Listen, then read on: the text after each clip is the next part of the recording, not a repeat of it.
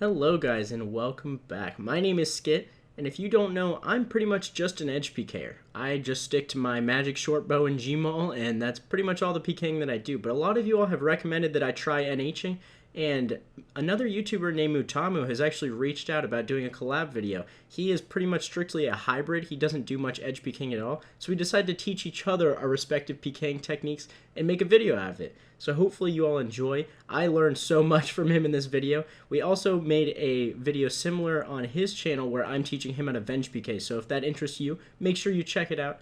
And yeah, I hope you guys learned something as well. Enjoy. All right. Well, the first fight. Do you have any general tips that maybe before we even start the first fight that might kind of help me out here that I might not know about?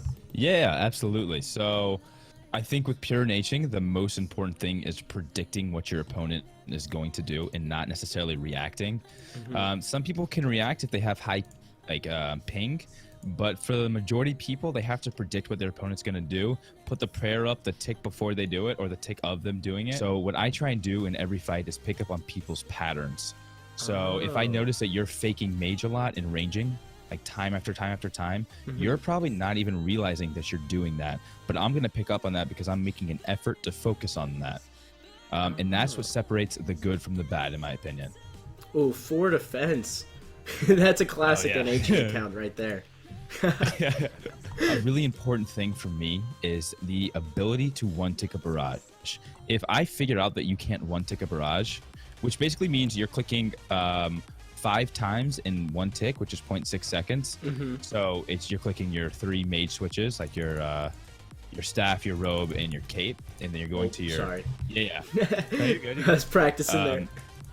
Yeah. Did you do it? I actually wasn't even paying attention. It's probably 50-50. I can hit it like probably half the time. Yeah, I'd say. Okay, so the fact that you can do it tells me that now I have to be on my toes because I can't react. Are you ready to go into the first fight? I think I'm ready. All right. Good luck. All right. Good luck, buddy.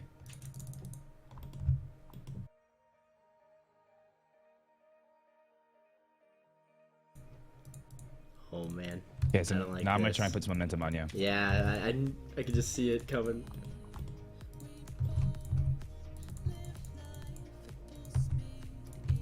Ooh, that was nice. Most people do not do that. That was really nice.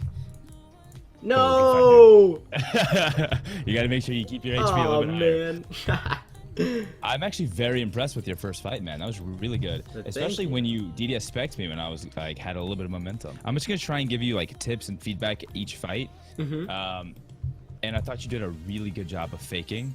I noticed that you didn't hit on every tick possible. Like there were ticks where you like fake it again and then hit, which actually delayed a tick, which is not necessarily a bad thing.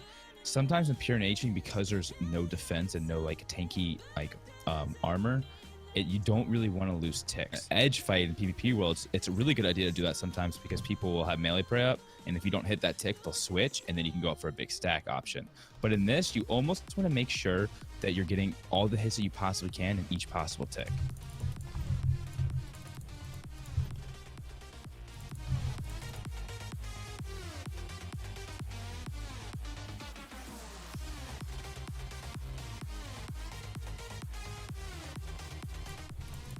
Come on, game. Give me some good hits. Clutch it out. I'm playing Big so bolt. bad right now. No! Oh, GG. It's cool though to see, like, I can tell the times that I get outplayed and I'm like, okay, like, I see what you did there. Because I feel like I haven't NH'd against people who are, like, really good. And I can just see, like, there's all these micro things that you're doing that make such a big difference.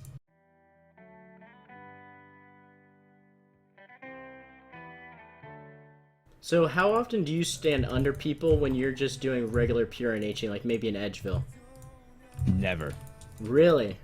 That's interesting. Yeah, so it is a good tactic for outlasting. It definitely helps, but in Edge, it's like from. It's like even though it's in NHing and like you can pretty much do any tactic you want, people don't do that. And the same reason people don't staff bash. It's almost just like unfair. Yeah, it's not unfair. It just makes the fight more annoying. I don't know how else to describe it. It's good tactic. In the wilderness, you would want to use that. Oh, I'm misclicking my spec bar so bad right now, dude. Oh, man. This is close. Ah, you're going to win this one. Come on. No! No!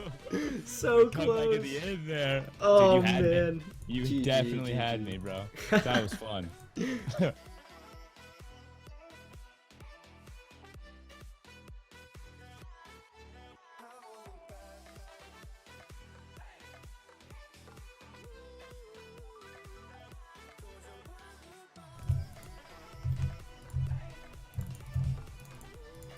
Oh, that was nice. Yeah, Thank God I sorry, coming ate. in. Whew. You read me like a book there. So is that like a pretty common tactic to wait for someone to step in so that you can get your DDS spec off and they're kind of not seeing it coming? Yeah, so that's called an anti, and it's very, very important to do that. And that's actually kind of it's hard to do it though, because I got to be careful that, like, so basically, I don't know if you saw, but I put melee prayer up there because I had to make sure that if you were going to go in, I wanted to be prepared for it.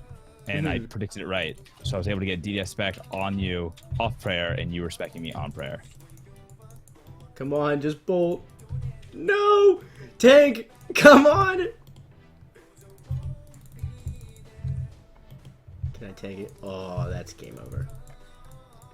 Yes, a zero! No! Oh, dude, you're doing so well. You're making me feel embarrassed right now. You are consistently winning, though. I think this is where it kind of comes down to all those small things that you do make a big difference for you to win, kind of like over and over again.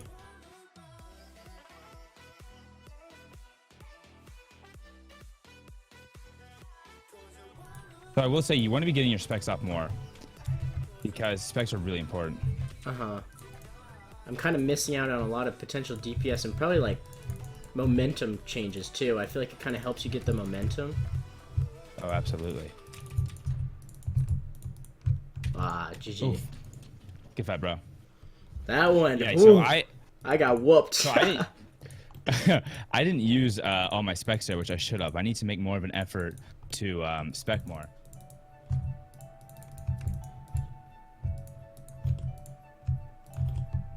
So basically, Oh, no.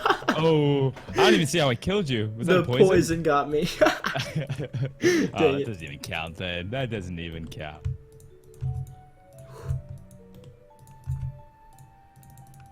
Oh, that was tricky. I did not see that one coming at all. Even on prayer, like, the DDS is just some good DPS. Absolutely. Ah, good fight. Good fight, man. It is really good DPS. You're absolutely right. Sometimes it's worth it to go for the DDS spec even when you know that they're going to have melee prayer on.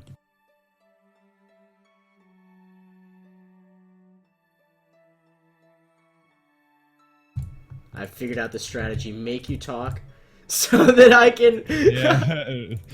Right? It's working. I'm dead here, I think. Go! Yes! Good fight, bro. Good fight. How much food did you have? I had 5 dark crabs. Damn, you slapped me, bro. Woo! That was really good. All right, I figured out the best way to NH. Make the person talk, get them distracted. And then it's such a good tag. free sailing. When you're out of spec in a fight with someone and you're in this high risk, is there any point in staying, like, I guess, do you often get kills non-spec, or is it once you've dumped your spec, it's pretty much like game over? If you're fighting someone good, okay, so typically the way I judge people a lot of times if they're good or not is if they bring risk into the wilderness. If they bring risk into the wilderness, which a lot of people do, or like edge, I mean, they're probably pretty good, and at that point, I'm probably not going to kill them without spec. But there's still the opportunity to if they just get really, like, dumb. Or not dumb, if they just get, like, careless. But most of the time, when I'm fighting someone in edge, after we both dump our specs, we both just telly. And it's not spec and telling because the other opponent won't do it until the other one has also specced. But it's just like the mindset is we're both not going to kill each other, so let's not waste our time anymore. Yeah, that makes sense. From downtown. Oh my god. Whew. I can't believe I'm alive. That was a nice stack. You were so far away that I just was not ready for it at all. So, do you want to take us to the wilderness? I think do you feel so. sufficient? I don't know. Alright, let me ask a few more questions here before we get started. Regular pure NH fight. How do you determine when to go for spec? Do you have like a few situations that you find yourself commonly in that you go for the spec, or is it very much feeling it out in the middle of the fight? A little bit of both. So I will say there are a few. That's the thing about habits that we talked about. You don't want to catch yourself in a habit where your opponent is when you're about to spec every time. So if you do that every time, people are going to pick up on that, and they'll be able to put melee per up when you do it. So what I like to do, a few things I do like to do. One is as soon as I'm unfrozen, the second that you're unfrozen, go for the spec, because sometimes people they don't know when you're unfrozen. The other thing is a lot of times I'll wait for my opponent to run in for their spec, because a lot of times people don't put up melee prayer because they're so focused on getting their spec off that you can get a lot of people that way. That's cool. That was very helpful. Maybe I can use them against you. We'll see. You probably will be able to, man. That's the thing about pure nature, that anybody can die, and that's what makes it exciting. All right, Skit, are you ready? I am ready. We gotta go level 3, I believe, or level 2. We're good. All right, man. I'll skull up on you. All right. Good luck. Good luck, dog.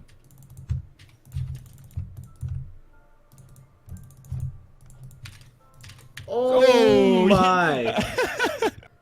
See, I saw you coming in, right? So I went. I just got and you shit on. Oh my god! Good fight, bro. GG. That was so sick.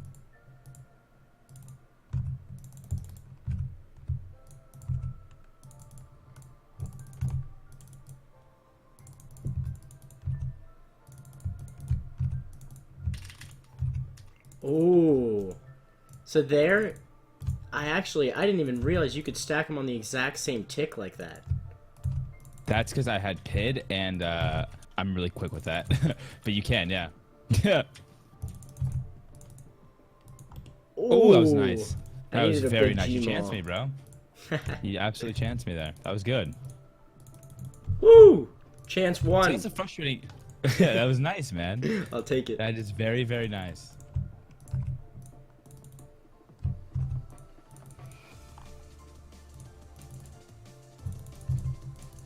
No! Oh, I think that would have been a kill chance too. That definitely would have been. Definitely.